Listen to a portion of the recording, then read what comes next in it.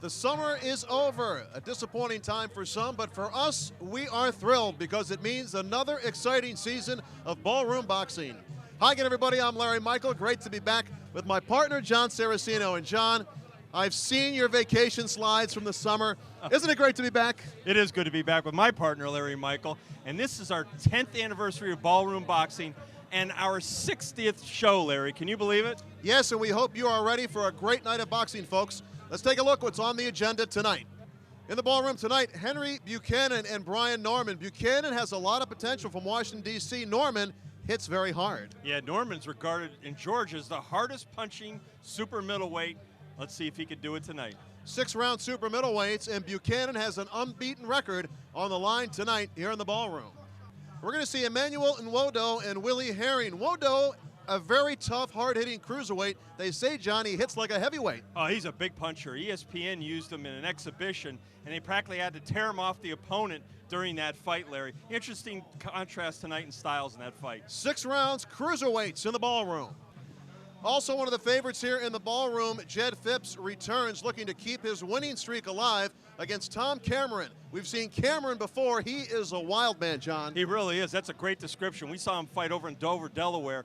And it's a dangerous fight in that sense for Jed Phipps because you're never quite sure where the punches are going to be coming from. Now, Jed Phipps suffered his worst defeats here in the ballroom. He returns tonight. Any kind of psychological baggage? Oh, Larry, he's lugging it really heavy. I mean, if you were going to tip him for carrying bags, you'd have to give him $100. It's so heavy.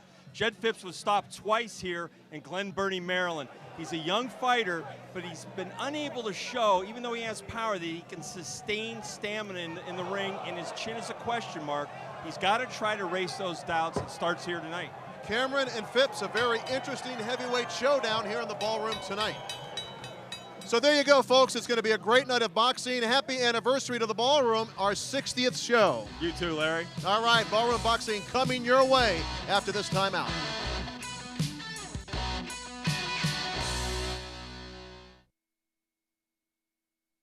All right, welcome back to Ballroom Boxing. Larry Michael with Jon Saraceno, Yamin, Mohammad, and Rashiem Jefferson in our next battle, John. A couple of featherweights. Jefferson out of Philadelphia, unbeaten. Quite a prospect we hear. He is 2-0 with more on this one. Let's go to our partner, Jon Scheinman. Well, Larry, this might turn out to be a showcase tonight for Rashiem Jefferson.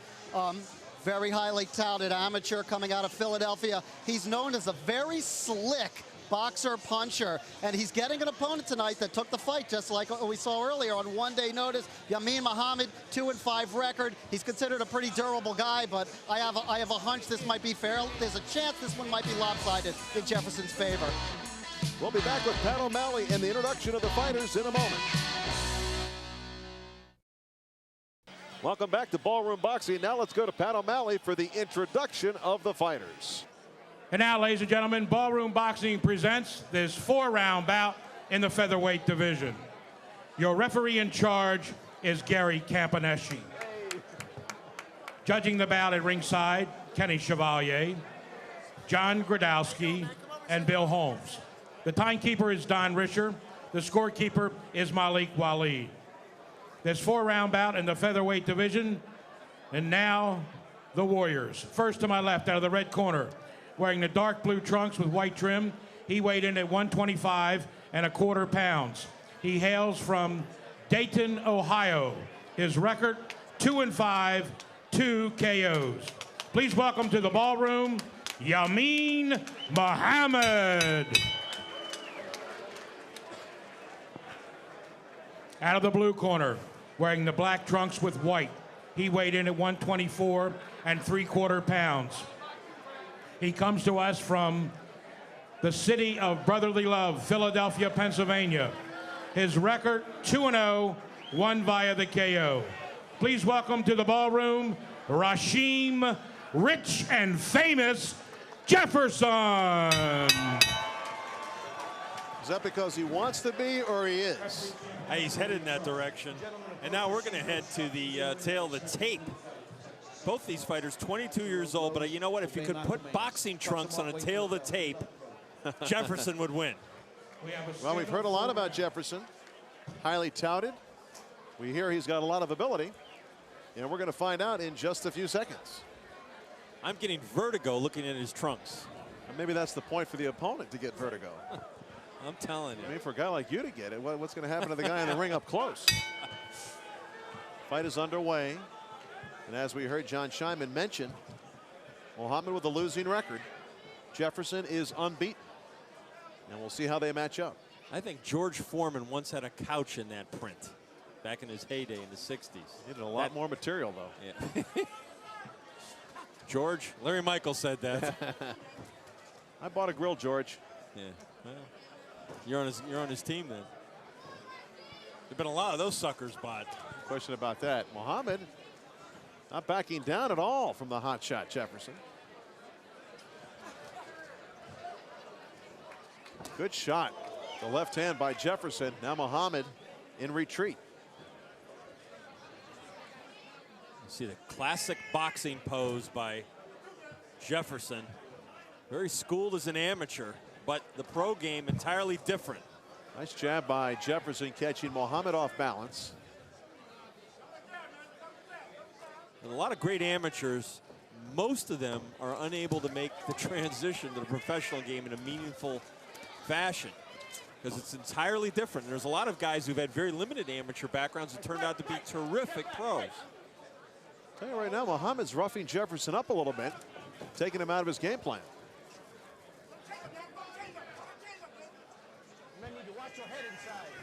Well, Yameen's got to keep punching because Jefferson's all over him. Good left hand and a body by Jefferson.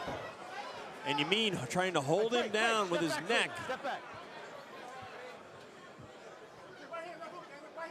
Hey, Yamin really has a difficult assignment because Jefferson is lively in there, to say the least.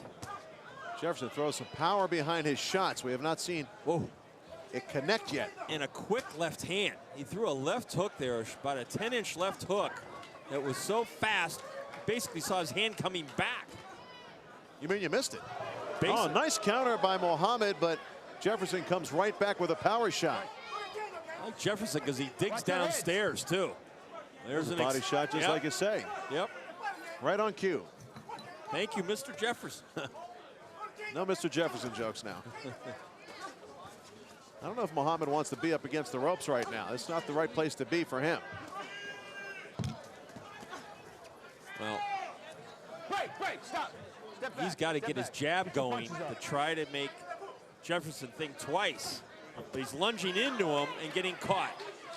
Jefferson told us he was very excited about being on national TV and wanted to show the folks around the country what this particular Philadelphia fighter is made of. Well, we know the reps of those Philadelphia fighters, and oftentimes they are true. Jefferson living up to his billing coming in here to the ballroom. Fight is scheduled for 4 rounds. We'll be back. Checking action from round 1 here as Jefferson puts some heat on Mohammad. Well, look at the combination punching. Missed with the right hand there, but he was stalking him all over the ring, and most of the time he was fairly effective. I gave that first round to Jefferson. Mohammad was pretty strong at times, trying to fight toe-to-toe with Jefferson, but as you take a look at the CompuBox stats, a higher connect percentage for 22-year-old Rashiem Jefferson.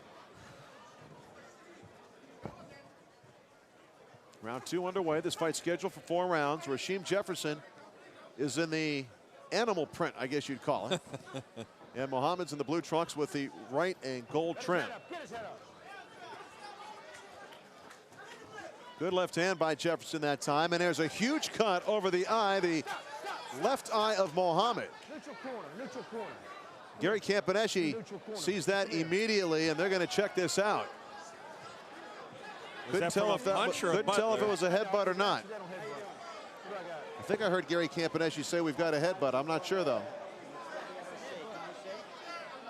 It's cut right above the eye. That is not a good place for a cut. It was an accidental headbutt. It was accidental. I saw it. Accidental headbutt, according to Gary Campaneschi, who saw the action. All right.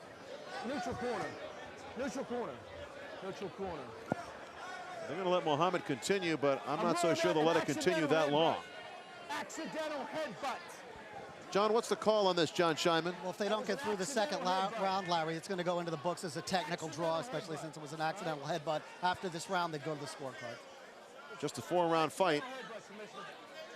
So if it can be stopped, if the bleeding can be stopped after this round, we might see a conclusion to this fight. See if Jefferson targets that cut. Right there with the right hand, right on the cut. Well, he's hitting him with everything. And look at Yamin fight back. Mohammad might sense that he better do something here because it could be stopped. And that is why he's fighting with such a vengeance. And how do we say? Well, look at the blood coming down. That is in a bad spot for Mohammad.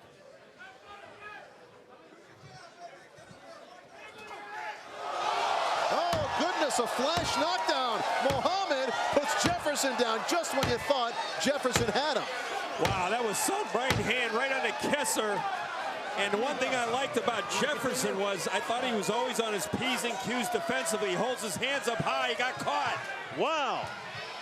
And Mohammad trying to put him down again, and he goes down again. Yeah, but he didn't put him down a legal way. Calls that a Jon Saraceno. Look at the blood streaming down around Mohammad's left eye, Larry. Gary Kempanishi calls time and now resumes the action. Oh, Jon, that's another left hand. Jefferson still doesn't have his legs. Wow. I think that was more than a flash. And Jefferson's legs are that was a still wobbly. Yep. Man. They're right in front of us, and they are going at it. Let's check the corner of Mohammad and see what kind of work they can do on that eye. That is an ugly gash as his corner attends to it. The Maryland physicians in that corner. Should they take a point for that? I don't know if they're really doing a very good job on that eye, Jon. They've got a bag on his eye, and they're not putting direct pressure on that cut. Look at this. I don't know what that corner is doing for that cut. Putting an ice bag on that eye isn't what you do to a cut. Well, let's check how this happened if we can pick it up on the replay. This is going to be the knockdown. There's that right hand, and Jefferson's left came down, and Mohammad timed it perfectly. Yeah, on the left temple, he lost his equilibrium, toppled right over. I don't know if they got Vaseline on that cut and tried to seal that cut as best they can, but they just had the ice bag on it for most of the round. That could easily bust open. Now you see the Vaseline applied to it. It's starting to bleed already. They did not do a very good job on that eye. Midway point, John Scheinman. What's the scorecard on your side of the table say? Well, with the knockdown, Mohammad wins that round 10-8. He's up 19-18 on my card after 2 rounds. Jefferson seemed to go for the knockdown after the knockout, after the blood. Big left hand by Mohammad. Rocks Jefferson again. And Jon, I don't know if Jefferson has recovered yet from that knockdown. He hasn't, Larry. His legs are wobbly. He got hit with a left there, and he stumbled backwards, lost his balance momentarily, and Mohammad knows it. And Jefferson, being a young fighter, he knows he's in trouble. We've got the makings of a great fight here. It's too bad it's only scheduled for 4 rounds. Another right hand by Mohammad. Jefferson's work rate has just about stopped in terms of punches, but there he goes. There's an uppercut by Jefferson, working the inside nicely. Well, he's going to work now. Well, now both fighters have decided to make this a fight in close quarters. Mohammad trying to smother Jefferson on the inside. Another right hand by Mohammad. There's a glancing right hand by Jefferson. He continues to throw those big overhand rights.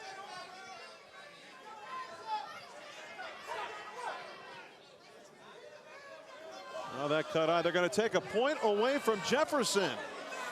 Whoa. I don't know what that was for. Point away from Jefferson. We're going to have to get an explanation on that because the referee did not say what the point deduction was for. Well, that was a huge loss because now theoretically he's 2 points down. This round's almost over, and then you got 1 round left. He's got to win this round. Even if he does, Jon, it's an even round, and the 2-point round for Mohammad gives him the big edge going into the final round. Real desperation time for Jefferson.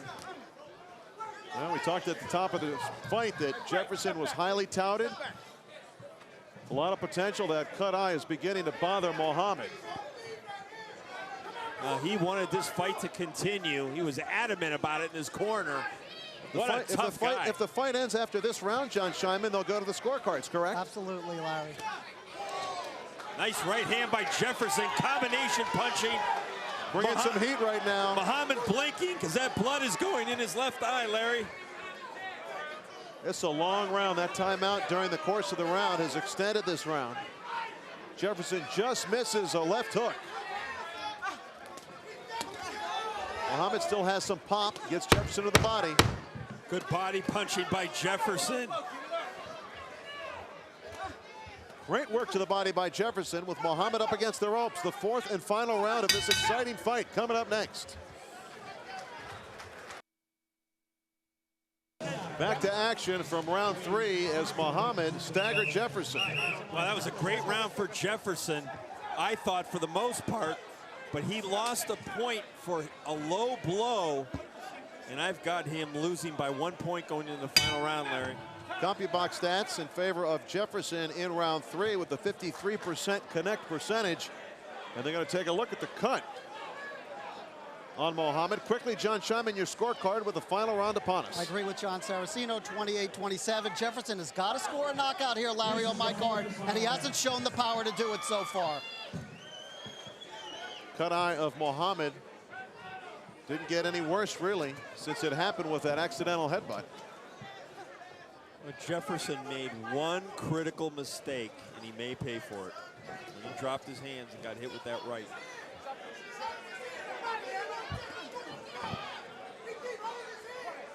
Jefferson should be fighting with some desperation.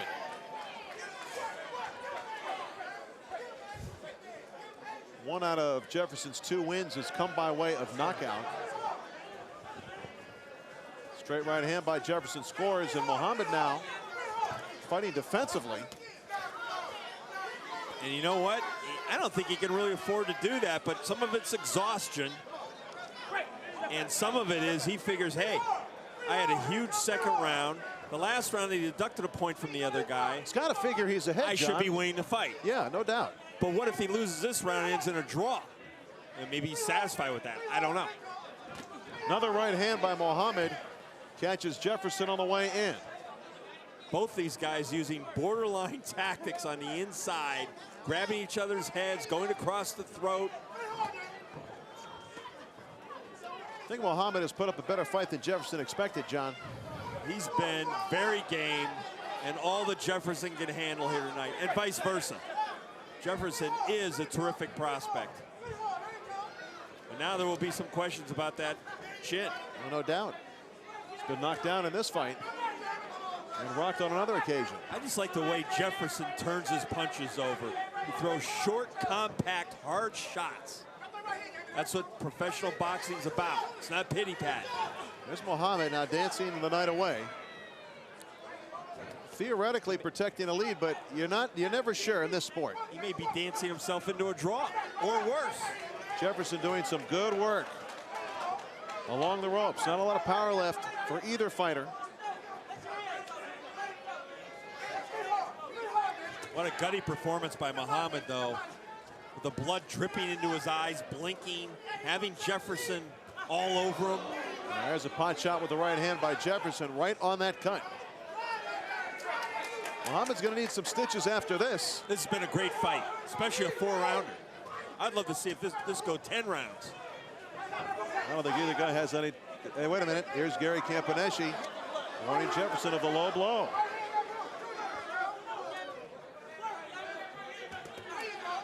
Well, he got hit with a right hand, Jefferson. Interesting fight, a lot to consider. Jefferson was knocked down, also had a point taken away. Look at Jefferson fight with urgency. I mean, he knows he's in trouble there. Mohammad raising his head. He thinks he won. We'll find out when we return to the ballroom. All right, welcome back to the ballroom. Larry Michael with Jon Saraceno. The decision is in the hands of the judges, Jefferson and Mohammad. A very interesting fight. Let's take a look at some of the highlights before we get that decision. Well, Larry, going to action here. We're going to see Jefferson trying to fight his way into the fight.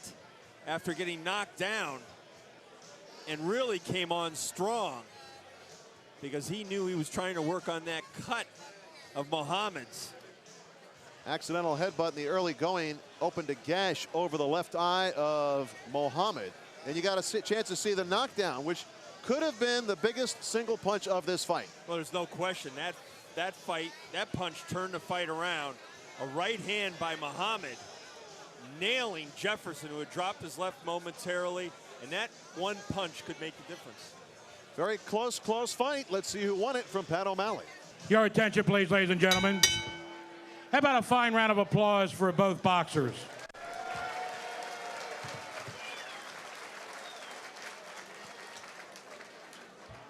We go to the scorecards for the decision. Judge Bill Holmes, Judge Kenny Chevalier, and Judge John Gradowski all score it 37-37. We have a draw. A three-way draw. A three-way draw, and you were right, John. The final round was given up by Mohammad. If he had gotten an even round, he would have won. Yep. You know, he's trying to stay out of harm's way, too, because he knows Jefferson is all over him, needing some kind of a big round. He fought in spurts, but he didn't do enough. I think he lost that round, and Jefferson's corner's upset. They think their guy won.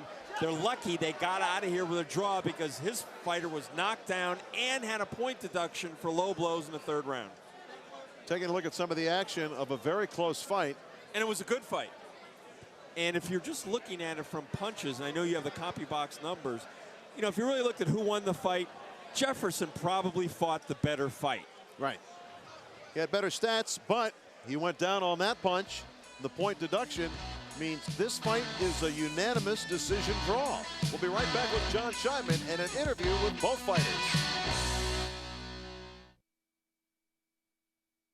Welcome back to Ballroom Boxing. Now let's go to Jon Scheinman and an interview with both fighters. I'm going to start with you, Rashiem. Second round, the big cut opened over Mohammad's eye, and it seemed like you went for the knockout at that point and then got caught by leaving yourself open. Am I correct? Is that what happened? Yes, that's exactly what happened. I got too excited on the fight, but, you know, he caught me with a good hand. I thank God to give me the strength to get back up and fight my fight. It seemed to me that your reputation is as a slick boxer puncher, but because of what happened with the knockdown and then the point deduction, you wound up in a sort of a stalking, try to go for the knockout mode. Is that sort of out of your comfort zone and you didn't want to fight that kind of fight? Yeah, I didn't want to fight that kind of fight, but, you know, the referee kept wanting me for low blows. The blows wasn't low, but, you know, hey, everything happened for a reason. If he want a rematch, we could do it again, anytime. Let's go over to Mohammad here. The cut was a huge cut. It looked like, were you nervous that the fight might get stopped? Yeah, yes I did. He hit me a few times in the head, and he hurt his eyes one time. And, talk about the right hand. How did you catch him when you scored the knockdown? I wait for his left jab, and I catch him overhook. The final round, me and Jon Saraceno both had you ahead by 1 point, but you seemed to go on the defensive in the last round and allow him to really come on. Why didn't you take a more aggressive role in the final round? Because I'm thinking I'm winning, so keep going, you know? Yeah. Well, this was an outstanding fight here in the ballroom. Both of them may do it again. Hopefully it'll be back here. It was a really good one. Let's go back to ringside. Well, there you go. Mohammad says that he thought he was ahead, and that might have been, gave up the fight there. He would have had the win, really. He was ahead, but he wasn't after the fourth round. Well, a draw. Nobody goes home happy with the draw, but we'll have more ballroom boxing action coming your way in a moment. Don't go away.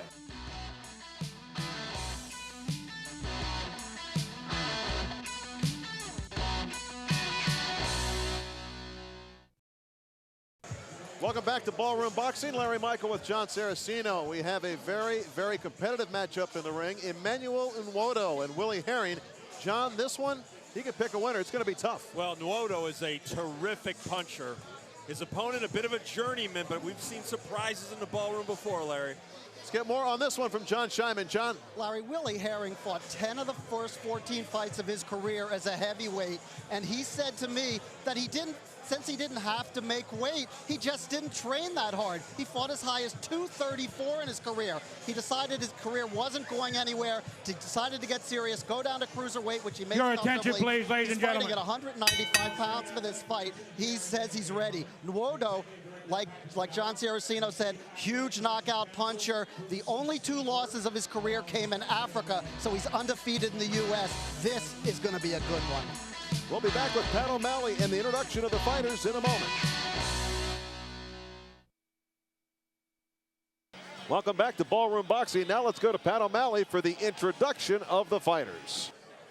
And now, ladies and gentlemen, Ballroom Boxing presents this 6-round bout in the cruiserweight division.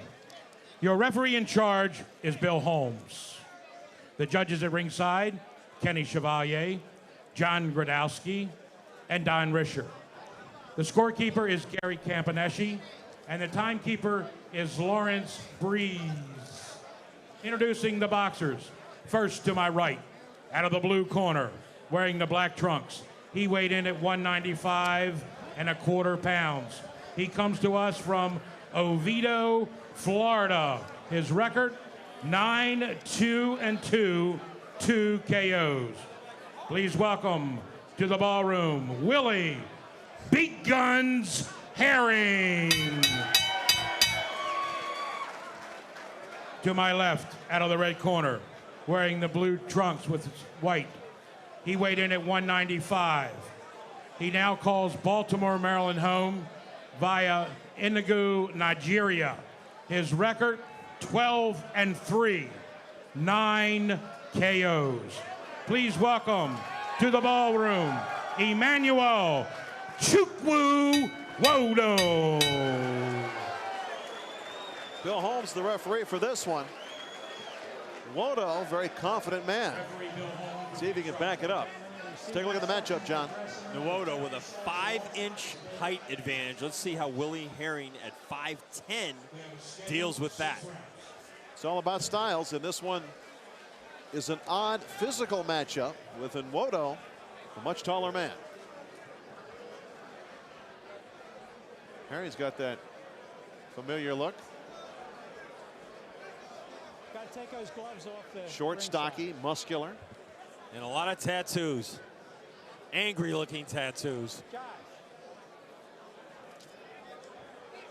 This fight is scheduled for 6 rounds. These are cruiserweights.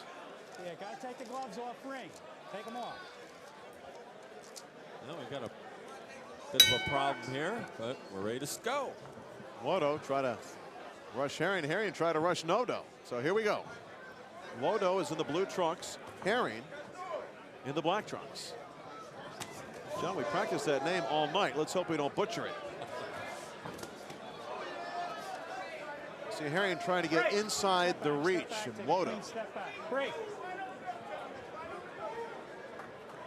See how many fighters have been influenced by Mike Tyson and just how they look in the ring. Yeah, Herring's got that look, that's for sure. No socks. Break. Okay, when I say break, take a step back.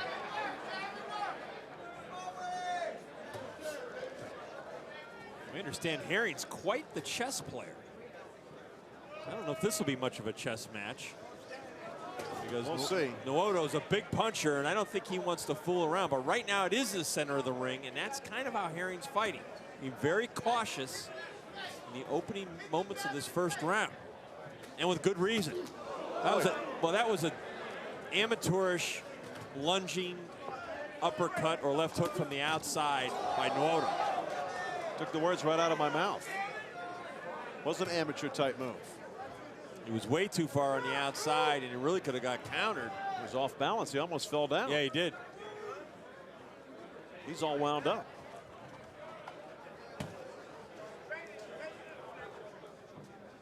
John, what are the keys in this fight? You got the one guy who's got the reach advantage. You always hear the jab is the most important punch. Is that the fact here tonight? Well, when you got a power puncher, of course, he starts relying on that power, and they start waiting and waiting and waiting, particularly with a younger fighter. Step back, step back, step back. Nwodo's got to use that jab and slam it down on the smaller fighter.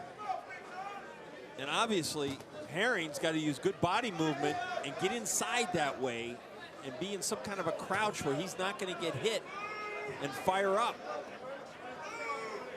But you see Herring standing on the outside trying to box the taller man, which is unusual for a guy of his stature. And he just leaped in with a left hook and caught Nwodo. Step back, take a step back. So I think style-wise, he may be giving Nwodo a different look than maybe Nwodo thought he would get.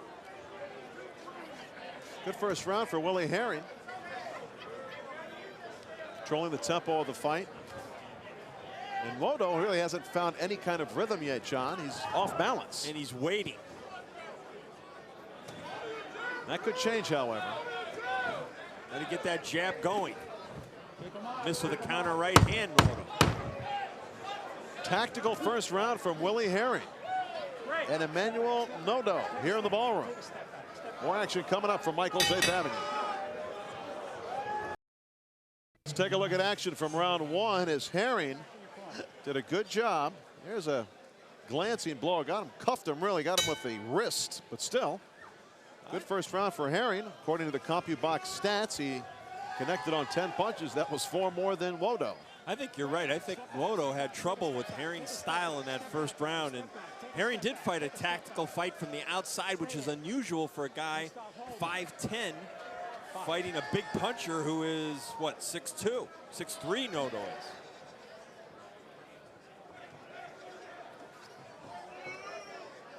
See the defensive ability of Herring. He really didn't have to do much to stay out of the punching range of Nwodo, who's telegraphing his shots. Well, both fighters showing a lot of respect for each other. But Nwodo, for somebody who's reputed to be such a big puncher, showing a little too much respect for Herring. He's got to rough him up. That's what he's got to do. But now that he has him in the corner, he's got to make him pay. You know, Herring is slowing down a little bit here in round two, John, and Nwodo is stepping forward. Beginning to find a little bit of range here in round two. Herring trying to dig a butt, a little blood from the mouth now of Herring. Well, Herring's got to close that gap. He's got to close that distance, use good upper body movement, and get on the inside. I don't see how he's going to win this fight. He's certainly not going to please the crowd from the distance he is at. Body shot by Nwodo. That was a slip. That was a slip. Is Herring okay? I think he might have hurt himself. I think he hurt himself. I think he hurt his leg. He hurt his leg, John. Well, shades of Mike Tyson. It's his right leg. He's trying to shake it off, or his ankle, or maybe his knee. Who knows? Well, there's no timeouts in boxing. But I tell you what, if you're Nwodo, here's where you really got to put the pressure on, Larry. No question. Force him to move. Test him. Because I tell you what, I think Herring's tasted the power of Nwodo, and he is holding. He just got a warning from Bill Holmes. You see Herring lunging in with the left hook to the body and then immediately grabbing his opponent, trying to get into a safety zone. Overhand right by Herring, a slapping blow. Nwodo's okay, but still Herring dictating the tempo of the fight, surprisingly. Okay, this is your second warning. Hold him. One more time, it's a point. Stop holding him. Nwodo not even acknowledging that he hears Bill Holmes. Well, he better hear him because he's going to lose a point if he holds again. Can't afford to lose any points. They are very strict here in Maryland. There's one man in charge in the squared circle. It's the referee. That's a strong shot that time by Nwodo. Herring. Well, Herring just wags his head no, but Herring just threw 4 jabs from the outside. None of them landed, and Nwodo cracked him with the right hand. Herring hurt that leg again as he missed that overhand right. He extends himself so much on that punch. There it is again, and his leg buckles up again. He's got a bad knee. End of the round. Interesting fight here in the ballroom. Let's check the corner of Herring. The doctor talking to Herring. Will he be able to continue? He almost falls off his stool. The doctor consulting with Bill Holmes. They want to take a look at is it his ankle? It's his knee. That's what I thought, because that's what it looked like, the way he kept buckling. Well, he's got to be able to continue. Yeah, because otherwise he's in harm's way if he can't move.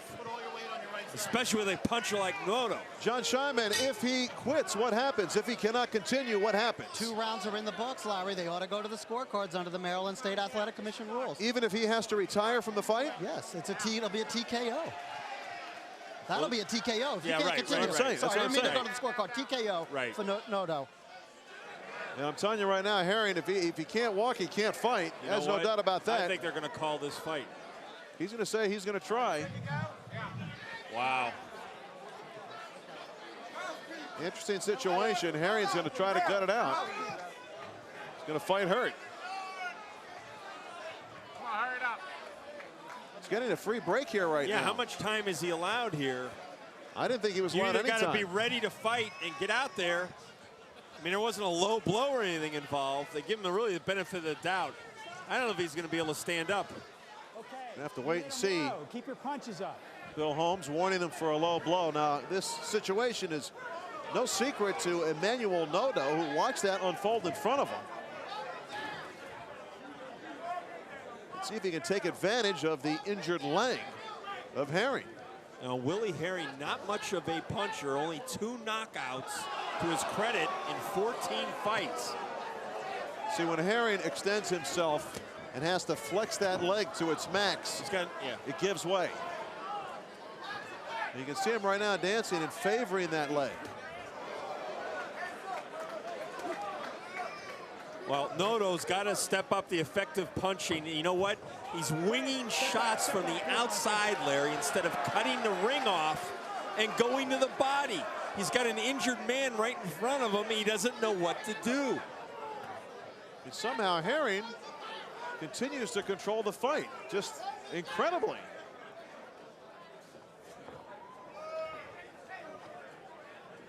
Herring tries to tee up that left hand. Brought that one from Washington, D.C. all the way up Route 95. Well, Nwodo might be a terrific puncher, but he's going to have somebody standing right in front of him. And you see Herring kind of twitching that leg, trying to get some feeling back into it, or maybe it's an involuntary twitch.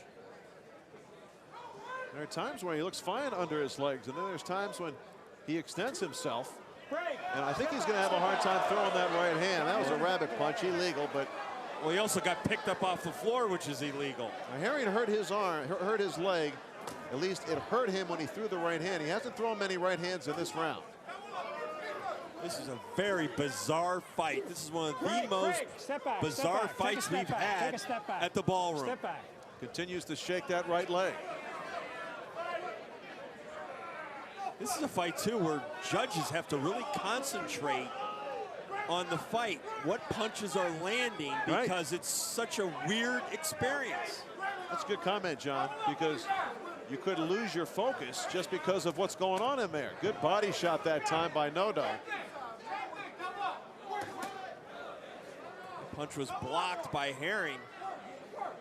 There's really not a lot of effective punching going on here. This is the 3rd round. By neither man. Right, I had it even after 2.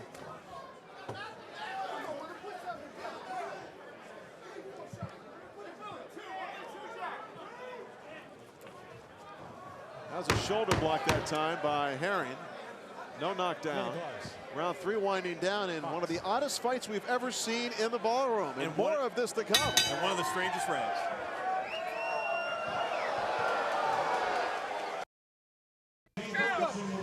All right, welcome back to the Ballroom. Willie Herring has been checked out by the doctor. It is his ankle that is hurt, but he seems to be okay now, and he's going to continue to fight. Taking a look at the CompuBox stats. Very little happening in round 3. Both men trying to find some kind of range. Jon Scheinman, midway point of this 6-round fight. How do you have it scored? Amazingly, Larry, 29-28 for Herring. I am stunned at what Emmanuel Nwodo is doing, which is nothing. He's got a non-power punching fighter in front of him on a wounded leg. He should be attacking at all times until he knocks him out. He's the power puncher in the fight. Why isn't his corner lighting a fire on him? It's not happened yet. I've got Herring by the identical score, 29-28. Long way to go in this fight, however. And Nwodo is noted as a big puncher. And sometimes when you bring somebody who's willing to the dance to do what you want him to do, that is stand in front of you and not show a lot of movement, boxing ability, you can blast guys out of there. But when you're in with a guy who's trying to give you a little bit of cutesy, which is what Herring's doing, he's giving him angles, he's retreating, he's in, he's out, he's holding. It's an awkward style to fight, and Nwodo hasn't solved it yet. Now, neither of those punches were scoring blows. Neither one of those punches. Herring got himself into trouble by getting caught up in the ropes that time. It's a body shot by Nwodo. That was a nice left hook downstairs. He's got to do more of that. And where's the stiff, hard jab? Double, triple up on it. Where's the left hook off the jab? Nwodo's throwing too many shots at one time. Emmanuel Nwodo from Nigeria and Willie Herring from Florida. Herring in the black trunks, Nwodo in the blue trunks. Herring's not used to losing. He's only lost twice. Nwodo's lost 4 times. Said up the top, this is going to be an evenly contested matchup. We did not figure on it to be an odd fight with an injury and really a tactical battle that neither man's, I guess you could say Herring's tactics have worked, but he's had to work with that injured ankle. Combination punching by Nwodo and inside, fighting off the ropes. The right hand by Herring. Herring throwing 1 punch at a time.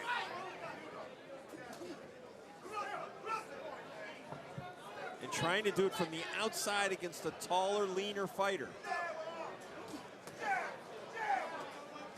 They're asking for the jab from the corner of Nwodo. But he isn't, oh, big right hand scores on the chin of Herring. And Herring kisses him. He kissed him. Oh, we do have shades of Mike Tyson. This is getting weirder by the minute. Remember Tyson told Razor Ruddock, I'm going to kiss you on those big lips. They knocked him out. He also wanted to eat Lewis's children. I don't think I've ever seen a fighter kiss another fighter. There you go, first here in the ballroom. And down goes Herring. That was his ankle again. He was not hit. I don't believe he was hit. I think he hurt his ankle. This fight's got to be on the next edition of the Best of the Ballroom, Larry. And Herring is up, and that is the end of the round. And we're going to keep it right here. That was before. I think he hurt his arm. When he fell, he hurt his arm. He's got a hurt ankle, a hurt arm, and he kissed his opponent in round 4. The funny thing, we were talking to Bill Holmes before the fight, how we were saying he hoped it would be an uneventful evening.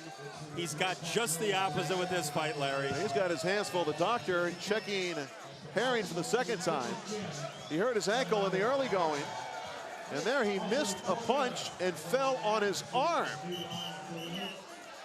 Let's take a look. First of all, we're going to see the kiss. There it is right there. He gave a kiss on the cheek of Nwodo. You knew that right hand hurt when he did that. And Nwodo kissed him back. I missed that the first time.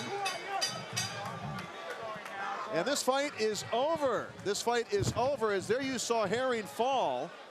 And he cannot continue. He cannot continue, so it will be Nwodo, I believe, with the victory, as Herring cannot continue. What a bizarre ending to a totally strange fight. This is like a Cellini movie. We're going to take a break, and when we come back, we'll take a closer look at how this one ended and get the official word. What a fight tonight in the ballroom. More to come. All right, here we go. Back to the ballroom. Larry Michael and Jon Saraceno. Let's take a look at how this fight ended. It began with a kiss. Let's take a look. They're locked up. There's a good shot by Nwodo. And here's the kiss. Well, you know that right-handed hurt, because I've never seen a fighter smooch on another fighter. And it looks like Nwodo kissed him back. And here's how the fight ended. And this is where Herring got hurt. Now, not quite sure if he got hit. Glancing blow, it looks like. Not even Larry. a glancing blow, but look at his right arm. His right arm, well, right there, he falls on his right arm, and he does crunch his wrist.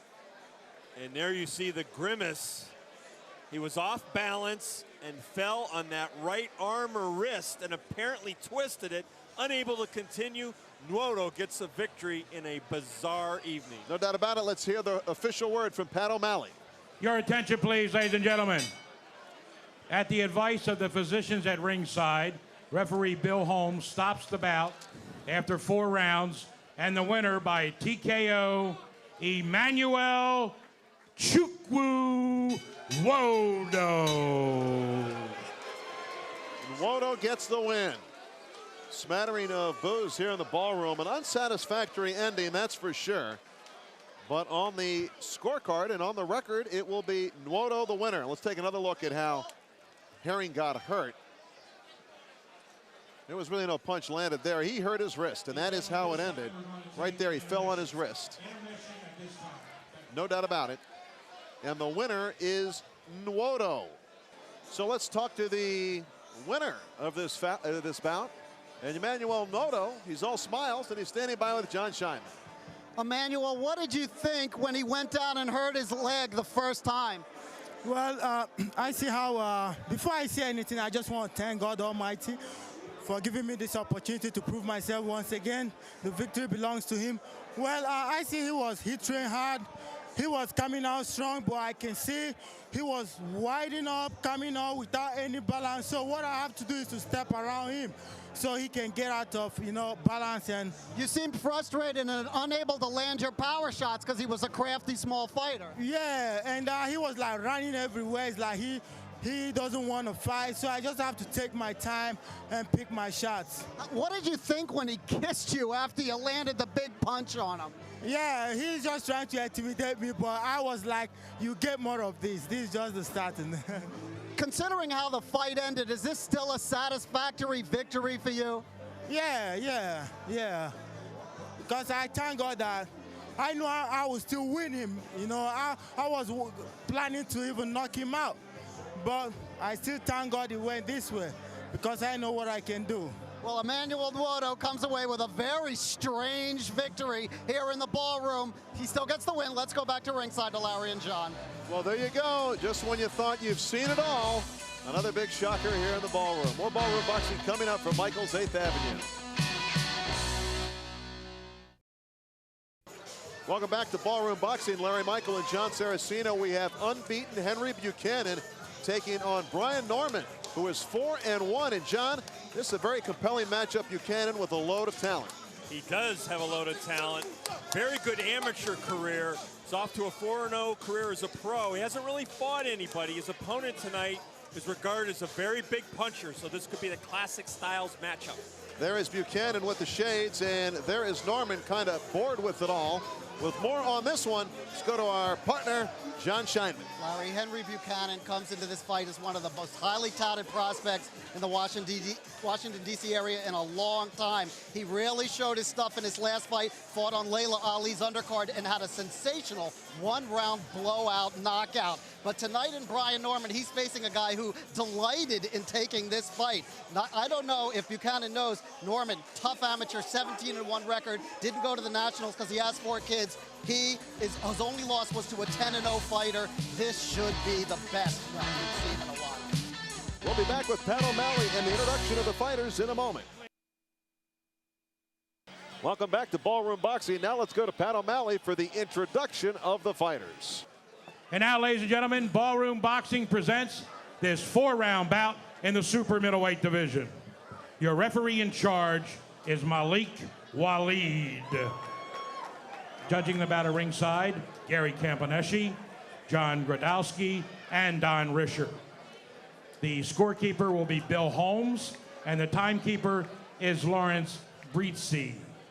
Introducing the boxers. First to my right, out of the blue corner, wearing the blue and red trunks. He weighed in at 166 pounds. He comes to us from Decatur, Georgia. His record 4-1, 3 KOs. Please welcome Brian the Assassin Norman.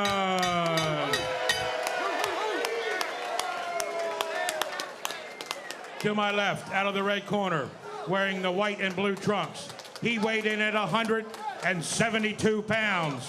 He comes to us from Capitol Heights, Maryland. His record, 4-0, all KOs. Please welcome Henry Sugar Poo Buchanan.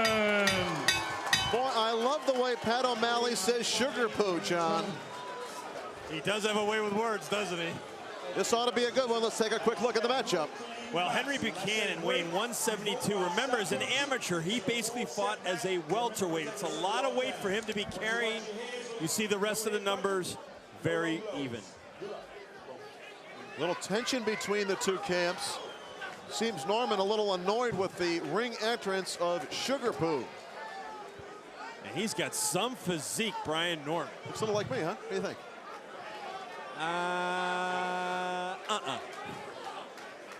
You haven't seen me recently with my shirt off. And I don't want to see you with your shirt off. Partner. Get away from me. Hey, you know what? Perfect time for us to wish our promoter, Scott Wagner, a happy birthday. We won't tell you how old he is. What better time? I know. I know, too. I know. He is not 60. It's been 60 ballroom boxing shows. He is not 60. And he's not the proverbial 39. He's younger than that. He's younger than 39. And he's older than 25. He's somewhere in between there. Happy birthday, Scotty. Yes, sir. My man, Scott Wagner. And this is a great fight to have on his birthday. Malik Waleed, a great referee as well. And we are underway. I just love the look of Brian Norman, totally nonplussed, fighting basically in Buchanan's backyard, as if to say, come on, man, let's just get this going. Enough of this theatrics. This fight is scheduled for 6 rounds. Somehow, I don't think it's going to go that far. There's a hip shot by Buchanan. It's a great matchup on paper. Norman throwing with some bad intentions. Nice right hand that time by Buchanan.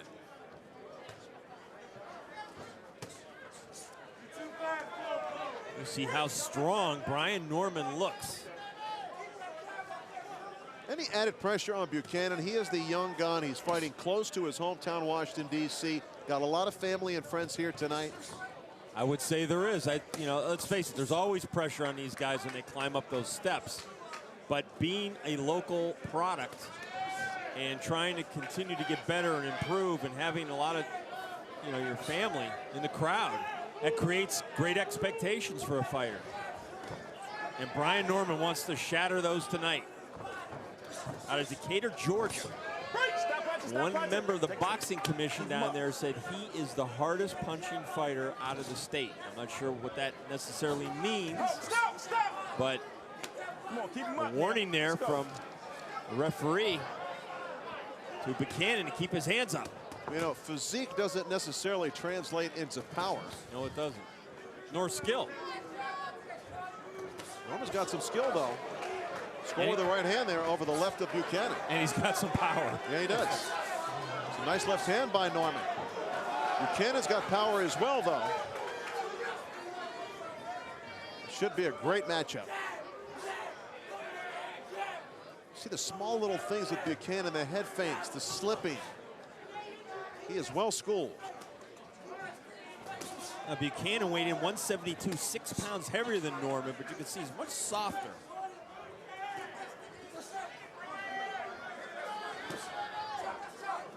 Boy, it's a clash each time these guys come together, and that could be a clash of heads. We need to keep an eye out on that.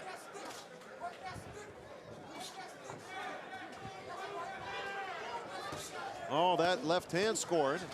I'll tell you what, Buchanan doesn't look like he's phased at all by Norman doesn't look phased at all by Buchanan's power. I thought you were going to say the opposite. Seems to me that Buchanan isn't phased by Norman's shots. Might be a little bit of both actually going on there. It's been a very fast-paced round one.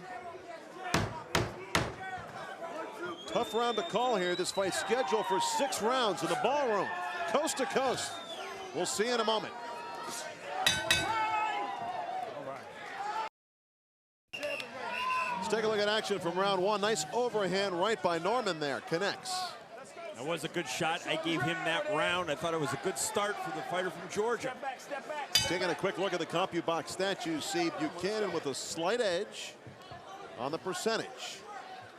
Again, CompuBox stats, not necessarily the only way to take a look at the fight, but it's a nice tool in terms of punches thrown and punches landed. No question.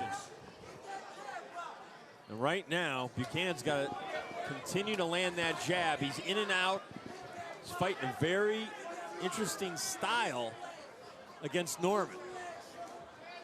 Watch your elbow. One of the things we're going to watch here, obviously, is for which man is in the better condition. And as you mentioned, Buchanan carrying a few extra pounds for this one. We'll see if that becomes a factor as this fight wears on. It's just a 6-rounder. But in a close fight, you never know. Buchanan is a very game fighter. He is not intimidated at all by Brian Norman. He's very slick. He's got a little Jersey Joe Walcott action going on there. Stay off the back of the head. Let's go.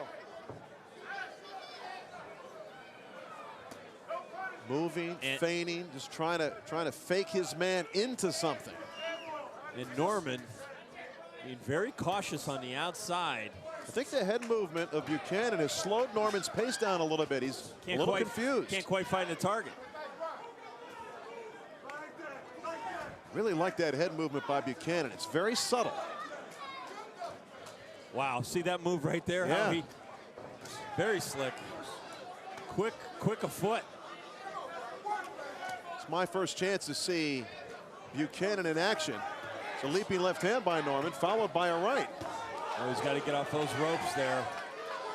He got caught with a couple of shots there, Buchanan did. And Norman continues to try to outbox him in the middle of the ring, which, given Buchanan's style, is going to be a difficult assignment. Oh, another power shot. That rocked Buchanan. Buchanan is hurt. Nice right hand by Norman. Wow. He snapped Buchanan's head. Buchanan was hurt momentarily there. Stopped him in his tracks. Well, I tell you what, Norman's fighting a very methodical, poised fight. He's not just rushing in foolishly. He's boxing and punching, and he's picking his spots. When Norman gets inside, he looks for the right hand. Good body work, I tell you. Norman, a lot of this good work is starting with the body.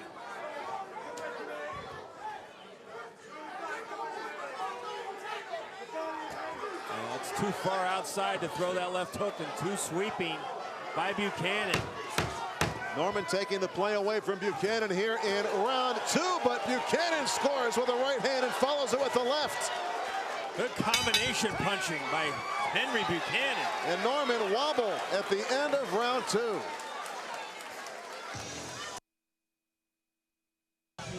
Welcome back to Ballroom Boxing. That was at that exchange toward the end of that round. And Norman wobbled to his corner.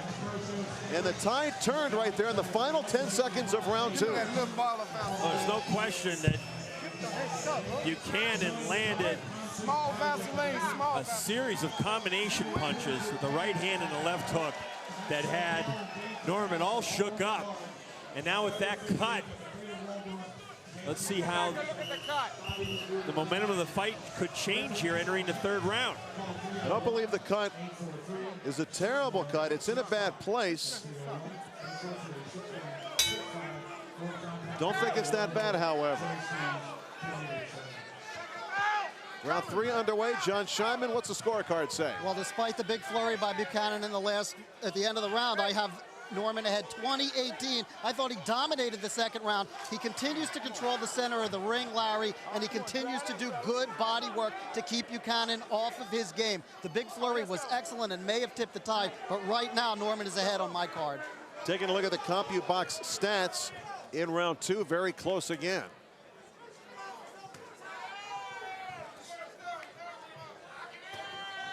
Now Buchanan got hurt, Norman got hurt at the end of round 2. He also got cut. Let's see if that changes his approach a little bit.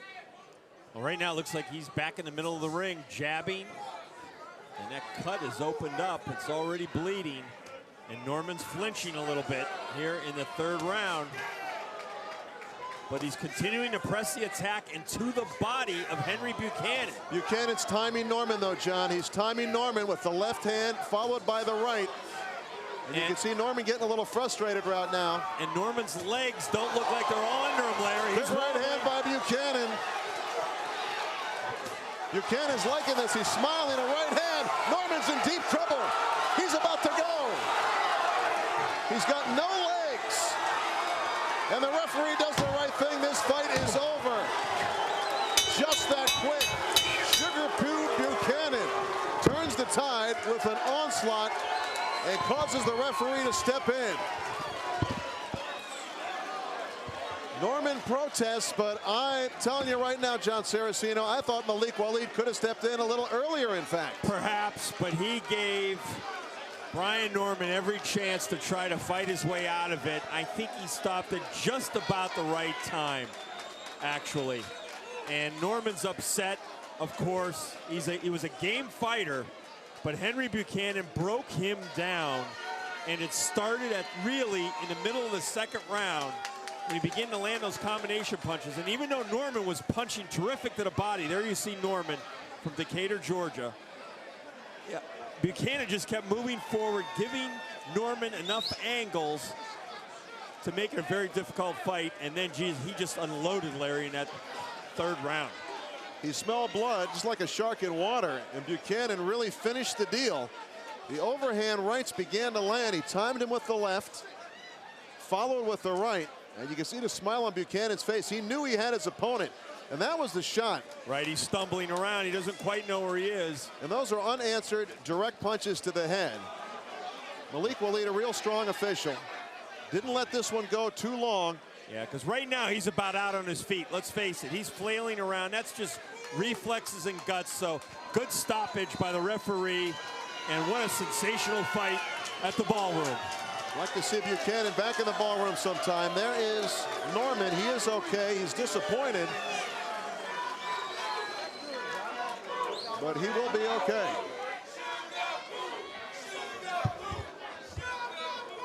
Henry Buchanan's nicknamed Sugar Poo. You hear the crowd chanting his name. Let's make it official with Pat O'Malley. Your attention, please, ladies and gentlemen. Referee Malik Waleed stops the contest at 40 seconds of round 3. The winner, Henry Sugar Poo Buchanan. Sugar Poo Buchanan is the winner tonight. He remains unbeaten. He is 5-0 now. All 5 victories coming by way of knockout. We'll talk to Sugar Poo when we come back.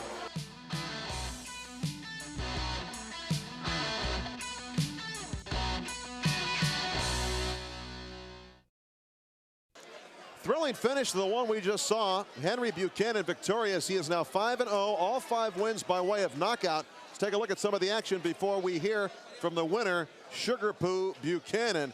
And there was a shot there, John, the right hand that just rocked Norman's world. Well, Buchanan just began unloading in that third round, and Norman really was defenseless.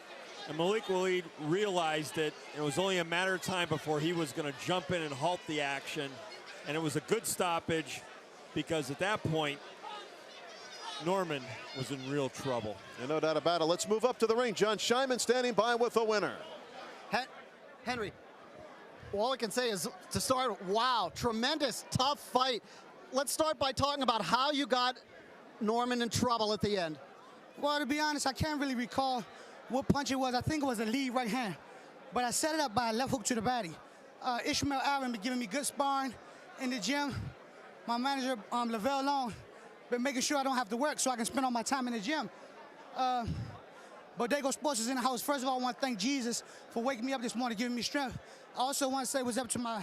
Well, let's talk about the fight. You talked about your left hook to the body, but Norman was the one early in the fight who was landing the left hooks to the body. He seemed early on to control the center of the ring. Were you surprised how strong he was? No. No, I was not. I can look at him and tell how strong he is. I think he's more so of a weightlifter. But he just lacked one thing. He didn't have Jesus with him. I had God on my side. He woke me up this morning, or else how can I do the things that I do unless God give me the strength to do them? But let me tell you this. I seen that he was dropping his hands every time I would feint him to the body. So what Lavelle told me, and my coach Adrian told me to fake the left hook to the body, bring the hook upstairs and drop the right hand. And I just kept setting him up for it. And eventually, I caught him. I know one thing is for certain, 2 things for sure. My name is Henry Buchanan, and he don't want to fight me no more. Now, you told me yesterday at the weigh-in that even though you're 4-0 with 4 knockouts, you don't look for the knockout. Did you seem to really step it up and look for the knockout from my perspective at the end? Yes, and the reason why I did that was because he was really strong, and he was fatiguing me just a tad. And I knew that if I didn't get him out of there early, it would be a war in the latter rounds. But Lavelle made me a horrendous promise before the fight, telling me that if I knocked him out, he would look out for me. So, like I say, I'm going to be waiting for him later on. Well, Henry Buchanan avoids the war in the best way possible. He scores a stoppage of Brian Norman in the ballroom. Tremendous knockout. Here's a possible rising star. Let's go back to ringside. All right, Jon Scheinman. Let me ask you a question, Jon Saraceno. Does Buchanan talk better than he fights, or does he fight better than he talks? Right now, I say it's a draw. Buchanan, an impressive winner. Boy, he looked good, didn't he? More ballroom boxing coming up after this.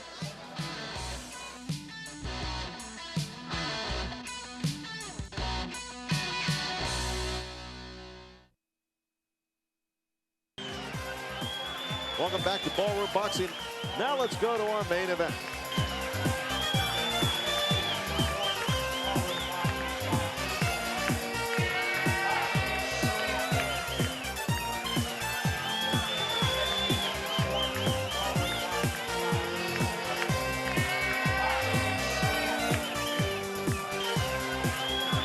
Time for our main event, Jed Phipps and Tom Cameron. Phipps formerly fought out of the ballroom. He had 2 devastating losses. Johnny comes back to the scene of those losses looking for redemption. Well, he has a total psychological hurdle to overcome here, Larry. And that is, can he withstand constant pressure? And the guy he's fighting tonight is going to give him more pressure probably he's ever seen in his life. With more on this big fight between 2 big heavyweights, here's Jon Scheinman. Larry, the difference between the last time we saw Jed Phipps and now is that he's left the gym of Alvin Anderson and joined the gym of the great trainer Adrian Davis, he of numerous world champions. Phipps says it's changed his whole outlook on boxing. He's no longer going to be trying to move around and dance. He is going to be an aggressive power puncher. Tonight in Thomas Cameron, he faces one of the most erratic, awkward guys and powerful that we've seen. We did a show with him up in Dover, Delaware, and he was extremely exciting and dangerous until he got tired in the second round. Cameron promised me he's done a lot of road work for this fight, and he was convinced that Phipps is made to order for him. With his open chin, he expects a knockout. Should be exciting while it lasts. Well, Cameron only has 4 knockouts, so if he's predicting a knockout, he's going to have to back that up in the ring. You see Jed Phipps has a new hairdo. We are ready. Let's get this one started with Pat O'Malley. Your attention, please, ladies and gentlemen. This is the main event. The Maryland State Athletic Commission Chairman David J. Norman, Executive Director Patrick Pinella, the commissioners at ringside, William Bill McCaffrey, Phil Feaster, and Raymond C. Dow Jr., Secretary of the Maryland Department of Labor Licensing and Regulation, James D. Fielder Jr., Ballroom Boxing promoters Scott and Michael J. Wagner, matchmaker Chris Middendorf, and Director of Boxing Operations Dave Wilkerson. The physicians at ringside for this heavyweight bout are Dr. Edmund J. McDonald, Dr. Douglas Frankel, and the chief physician and neurologist is Dr. Stephen Manikin. The State Athletic Commission legal counsel is Bruce C. Spiesler. Your timekeeper is Lawrence Breetzey. The scorekeeper is Gary Campaneschi. And the man in charge when the 6th round bout commences is John Gradowski. If a decision is necessary, it will be rendered by our 3 judges at ringside, Malik Waleed, Bill Holmes, and Don Risher.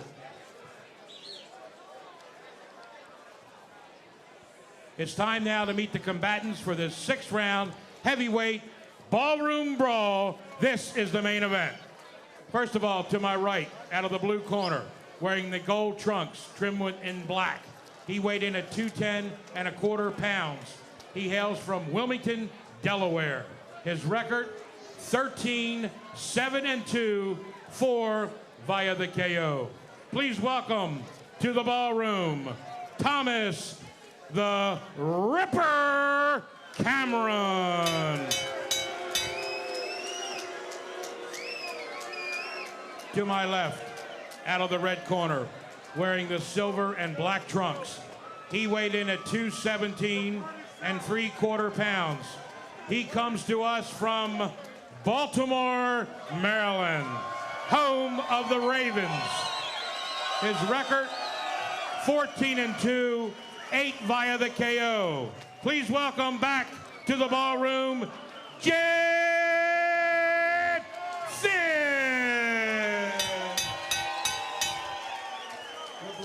Tom Cameron and Jed Phipps, two heavyweights. John Gradowski is the referee, and Jon Saraceno with a look at the matchup. John? Well, you see Jed Phipps weighing 217 3/4. We don't have his last few fight weights, but that looks light for Jed.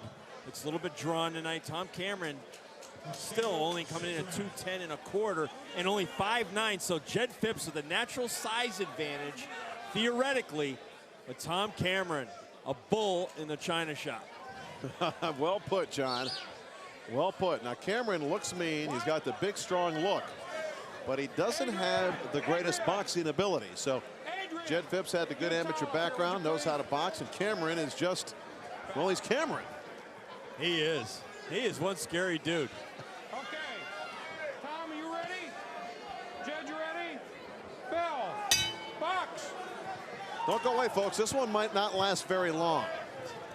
Cameron and Phipps. Cameron coming right after Phipps early.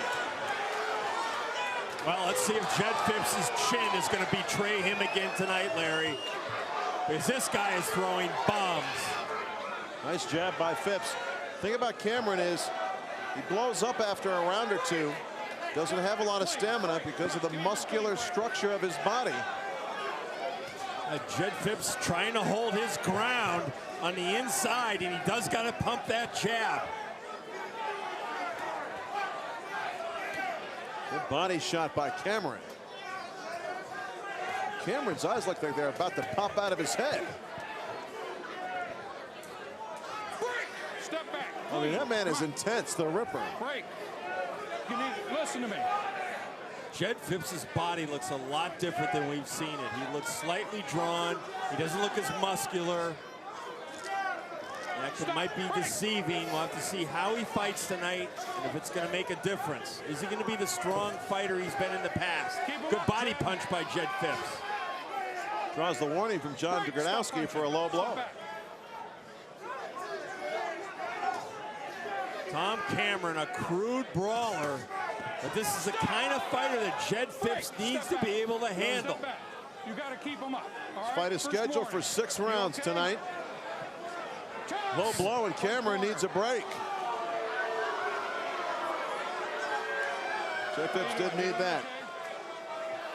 You have 5 minutes if you need it. Low blow, and Cameron trying to milk it.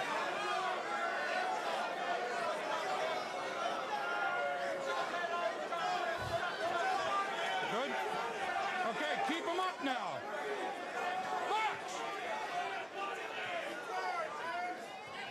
The thing about Cameron is he doesn't have great boxing ability, so if you've got a jab, if you got anything to keep him off you, he's just throwing from left field and winging him. Yeah, he is. And Jed Phipps can box, and he does have a jab. But the question mark has been the chin. Nice body shot by Jed Phipps. Now, if Jed can keep doing what he's doing there, which is the jab and keep Cameron at bay, it then becomes a different fight for Jed Phipps and an easier fight. Good shot by Cameron, and now Jed Phipps holds on. I mean, Cameron, because he's got so much weight on a small frame, almost looked like he's gulping for air. Remember the last time we saw him in Dover, you thought he was going to expire. Somehow he finished the fight. Stop punching. Come on. Break. Break. Jed, listen to me. Jon Gradowski warning Jed Phipps again, and you wonder when a point deduction might come. That's the 3rd warning in round 1. Jed Phipps looks tight already. His mouth's open as well. Well, he's missing with those big punches. I'll tell you what, he's got to keep those gloves up around his chin line. And this is a moral victory right here for Jed Phipps to get through this first round with a wild swinger like Tom Cameron out of Delaware. End of the first round. This is an exciting fight between two heavyweights. Tom Cameron and Jed Phipps. More coming up from the ballroom. Looking back at action from round 1, Tom Cameron and Jed Phipps. Clash of the Titans. Cameron, I tell you, Cameron probably scored more blows in round 1 than Jed Phipps, but a tough round to call. You know what? I gave that round to Phipps, and I'm not even sure why. I think he kind of controlled it with his jab, but Cameron, I don't know if it's because of his body type and the weight he's carrying, or maybe it's just nerves. but he's having a hard time breathing, and we saw this when we called his fight in Dover, Delaware, Larry. He was gulping for air. I didn't think he was going to be able to finish the fight, but he did, if you recall. Yeah. Good right hand by Jed Phipps. Any nerves that might have been there for Jed in the early going, certainly gone by now, because he's in a fight. Yeah, it looks like he's settled into a rhythm here, and he knows what he wants to do. And he's got one of the best trainers in his corner, Adrian Davis. He's seen all styles. Davis knows how to deal with a wild brawler like Tom Cameron. Nice jab by Jed Phipps. Nice jab in return by Cameron. Stopped Phipps in his tracks.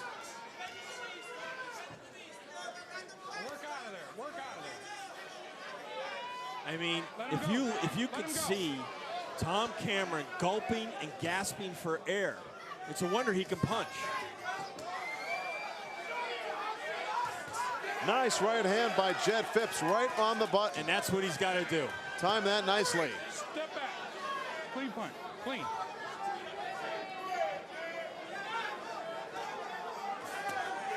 See, Cameron, after a couple of rounds, doesn't have the punching ability. He's all blown up, huffing and puffing, but he has moments.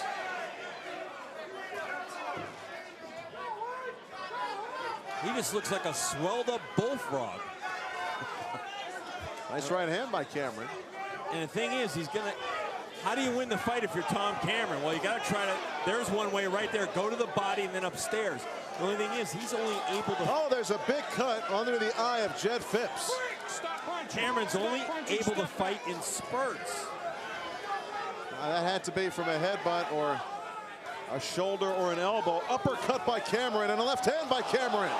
You might remember the first time Jed Phipps got knocked out here. He got bloodied first. That's right. This is deja vu all over again for Jed Phipps. And that blood certainly will be a motivating factor for Cameron. Boy, there's a lot of blood pouring from underneath the right eye of Jed Phipps. Well, if anything, it's in a good spot. It's not as if the blood's going to go into his eyes theoretically and hamper him. Both men miss.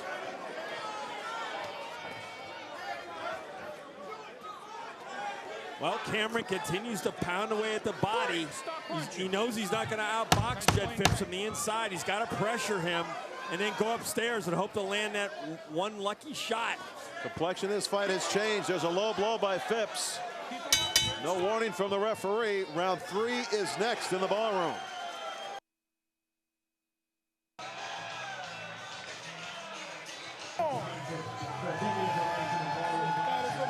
There's Jed Phipps in his corner. They've taken care of that cut under his eye. It's not a problem. There you see Adrian Davis looking back at action from round 2. That cut under his right eye should not have any kind of good uppercut on the inside there by Cameron.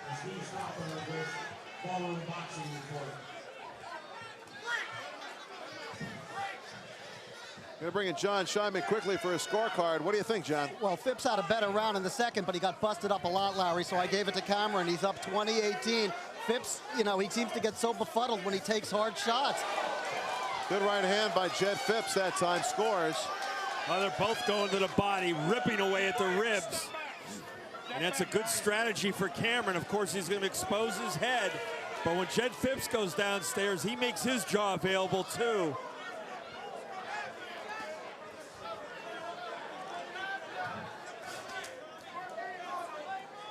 Come on, guys. Work out of there. Work out of there. Both these guys looking a little fatigued here in round 3. Oh, they are big guys. Jed Phipps, the better boxer, you can tell. He's got his stance proper. He's still trying to box. Cameron looking to load up on a shot. Well, that was a dirty blow by Cameron, hitting on the break. A warning from referee John Gradowski. Watch your heads on the inside. I think Phipps, it's hard to tell who's stronger on the inside. It almost seems like it's a draw when they're on the inside. Tell you what, Cameron's beginning to land that left jab. Oh, big right hand by Phipps. Oh, we just missed Cameron's chin. Didn't quite catch it flush. Another jab by Cameron. Phipps' corner did a good job on that cut. It's not a factor. Nope. Left hook by Phipps, but again, didn't land cleanly. Kind of stopped Cameron in his tracks momentarily.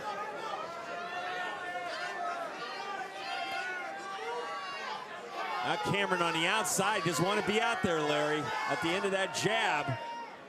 Break! Step out. Step out. Okay. Keep your head up when you're coming in, okay?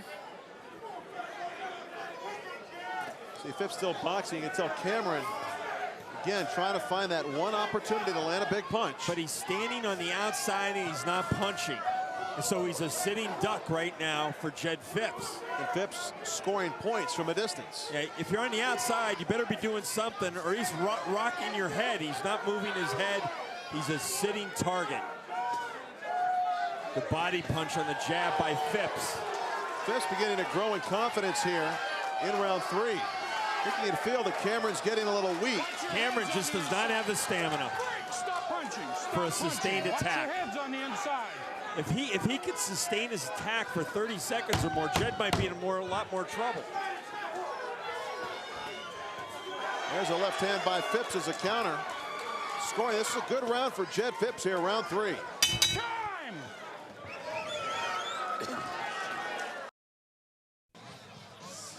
Let's take a look at some action from round 3. Jed Phipps taking the momentum in that round. And you know he's doing it with jab, right hand, left hook. Textbook. He may not have landed all those punches, but Jed's throwing the right punches tonight against his opponent. Round 4 underway. This fight is scheduled for 6 rounds. John Scheinman, what's the score on your scorecard? Well, Cameron's still up, but that was Phipps' first round. To me, 29-28, Thomas Cameron. Good right hand there by Jed Phipps to open round 4. I would disagree with John Scheinman. I think it's a tight fight, maybe even. Well, we're through 3, right? Are we in the 4th round? Okay, I've got Phipps ahead by 1 point. All right, you guys, the Lovebirds have finally disagreed here. But I'm always right.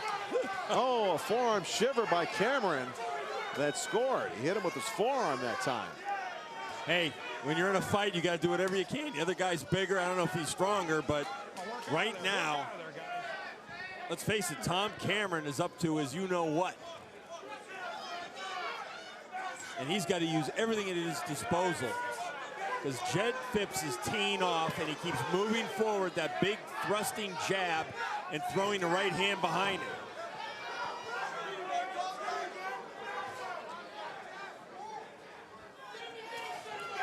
Jed Phipps continues to box. And I think he's taking control of this fight. Cameron doing very little offensively. Looking to load up on a big shot. Jed Phipps working the jab, the right hand. Cameron still has that power. And Jed Phipps has got to be wary. When he throws that jab, you got to bring it back up to your jawline. He's leaving it really low along his waist.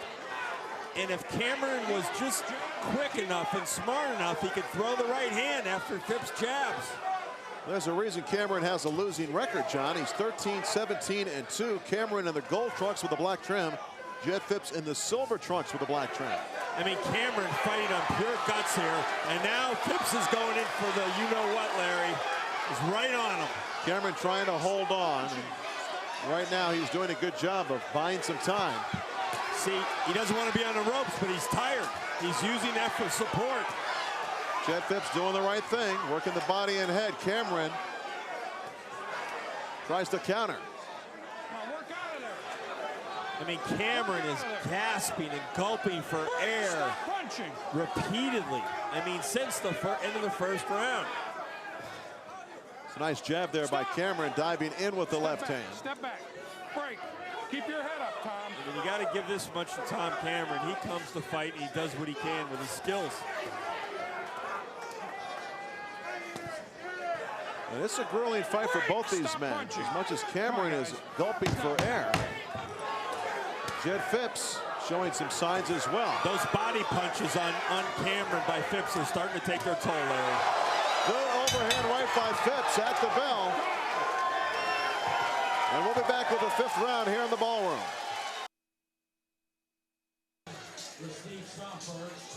As we look at Jed Phipps getting repaired in his corner, let's look back at action from round 4.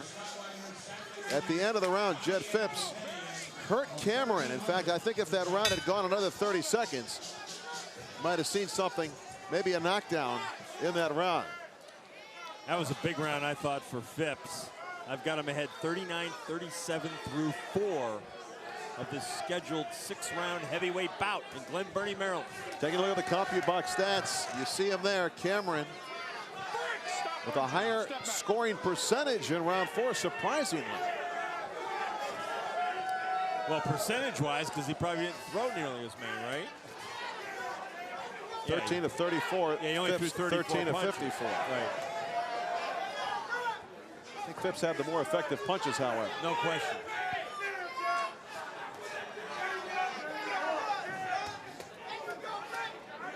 I mean, let's face it, Tom Cameron's got to find that Sunday home run punch. Right. I mean, he's not going to outbox Jed Phipps. He's probably not going to win a decision against Jed Phipps. No, he's in a deep hole right now, but only 4 of his 13 wins have come by way of knockout. Good point.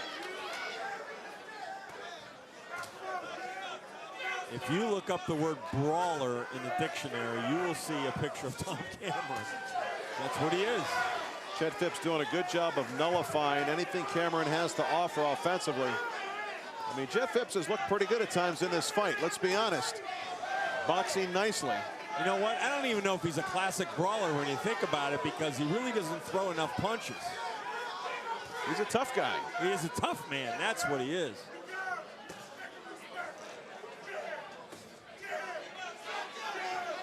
Jed Phipps' corner begging him for the jab. Yeah, because he can dominate this man with the jab, and if he continues to hit him to the body, which he was the last round, theoretically, he could stop Tom Cameron.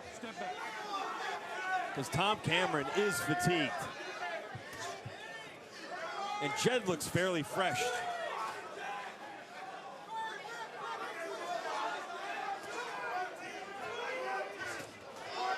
Cameron with an uppercut that time. Oh, and now there's another cut above the right eye of Jed Phipps. And down he goes!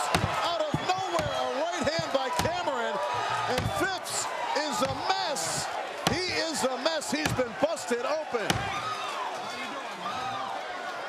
What a punch by Cameron with the right hand. And look at Phipps. My goodness. I don't know if it's the end of the fight, but it looks like the end of the career of Jed Phipps, one way or the other, long-term or short-term. That is the ugliest spectacle we've ever seen here in Glen Burnie, Maryland. He's got 2 bad cuts, and he got dropped heavy to the floor.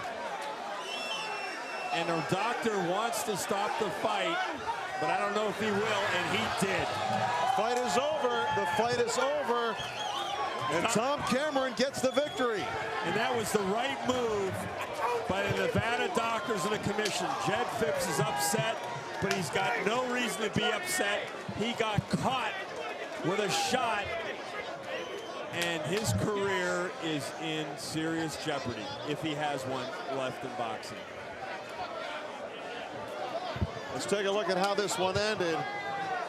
Jed Phipps trying to get redemption in the ballroom, and instead he loses by TKO. There was the right hand. But the cut happened before that right hand scored. And that was the Sunday home run punch we were talking about that Tom Cameron was looking for. Here we go, different angle. Missed with the jab. Another jab. Right hand right on the button, followed with a left hook. He knew to throw the cleanup shot. And Jed Phipps, to his credit, got up and got up quickly, maybe too quickly. I don't think it was going to matter. It was the cut that stopped the fight. The cut above the eye is the reason the fight was stopped. Because with that kind of blood coming down into the eye, he wasn't going to be able to defend himself properly. And the first mandate of the commission and the referee is to protect the fighters at all time. Let's take a look at the knockout from the overhead cam. Watch the right hand of Cameron. Boy, that was a crunching right hand. Right on the chin. I mean, that was the home run shot he was looking for. He knocked it out of the park. That was a fastball. And from another angle. I think you're going to see this land right on the chin. That is the punch that opened his eye up right there, that left hand. is the punch that opened the eye of Jed Phipps. There you see the blood already flowing. And that jolting uppercut on the inside was a good shot. It also, that uppercut shook up Jed. You see him trying to regroup there. But those series of punches right there with that cut set up what was going to happen to Jed Phipps. Great camera work, and here comes the right hand. The jab was short. He's going to follow with a double jab. That kind of hit the target. And when Jed dropped his chin, he never saw the right hand. The cleanup shot, Phipps was already going down. A left hook high to the head. It was all over for Jed Phipps. Rough ending for Jed Phipps. Let's go to Pat O'Malley. Your attention, please, ladies and gentlemen. The winner by TKO at 2:28 of round 5, Thomas the Ripper Cameron. The Ripper lives up to his nickname.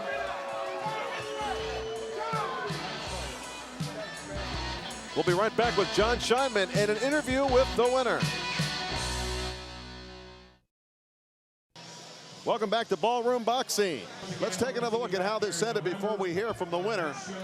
There is the punch, the left hand that opened the eye of Phipps. And you're right, John, the uppercut started the descent of Jed Phipps. Again, we're going to see a double jab. The first one's going to be short. The second one's going to be enough just to distract Phipps enough where he drops his chin and gets caught with the right hand and the left hook. I had Phipps ahead 39-37 through 4 unofficially. That was the 5th round. A stunning, devastating knockout of Jed Phipps. Let's go to Jon Scheinman with the winner, Tom Cameron. Well, Thomas, you told me at the weigh-in that you felt that Jed Phipps was made to order for you. It wasn't that easy. But let's start off by talking about the knockout. I love a good fight. Give him a lot of credit. He hung in there well. I mean, he had some good skills. He surprised me. But I came through, caught him with a clean shot right on the chin. Picture perfect. That's why I want Mike Tyson. Same thing will happen to him. Now, you told me that you trained differently for this fight than the last time we had you on the Ballroom, did a lot more road work, but you seemed to be gasping throughout the fight, and after the early flurry in the first round, Jed Phipps seemed to take control. Yeah, I was a little bit exhausted. This fight was fluctuated. The date fell through. My timing wasn't right on, but I knew I was in good enough shape to get rid of him. It seemed that toward the end, when you started to bust him up, the key was getting your jab going again. Was I right on that? Yes, you were. The corner was yelling at me to jab. I finally started back jabbing, and everything started coming off.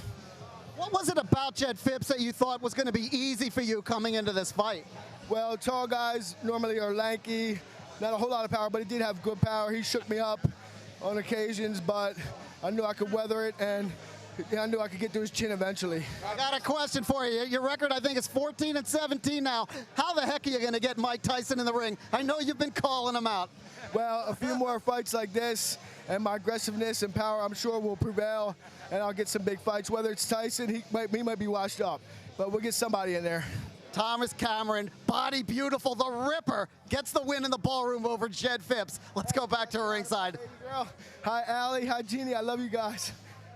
All right, good job, Jon Scheinman. What a shocking ending to a thrilling night of boxing, John. And what an emotional guy. I mean, he comes to give his all. Not the most skilled fighter, but he's the kind of fighter that people will pay to see. Well, you know, that was our 60th Ballroom Boxing telecast, and it was very memorable, wasn't it? What a show we had tonight. We had a lot of thrills and chills. And for Jed Phipps, you got to wonder if he's got to start finding another occupation. A very devastating evening for the Maryland fighter. We hope you enjoyed this telecast as much as we enjoyed bringing it to you. For Jon Scheinman and Jon Saraceno, I'm Larry Michael. We'll talk to you next time for Ballroom Boxing.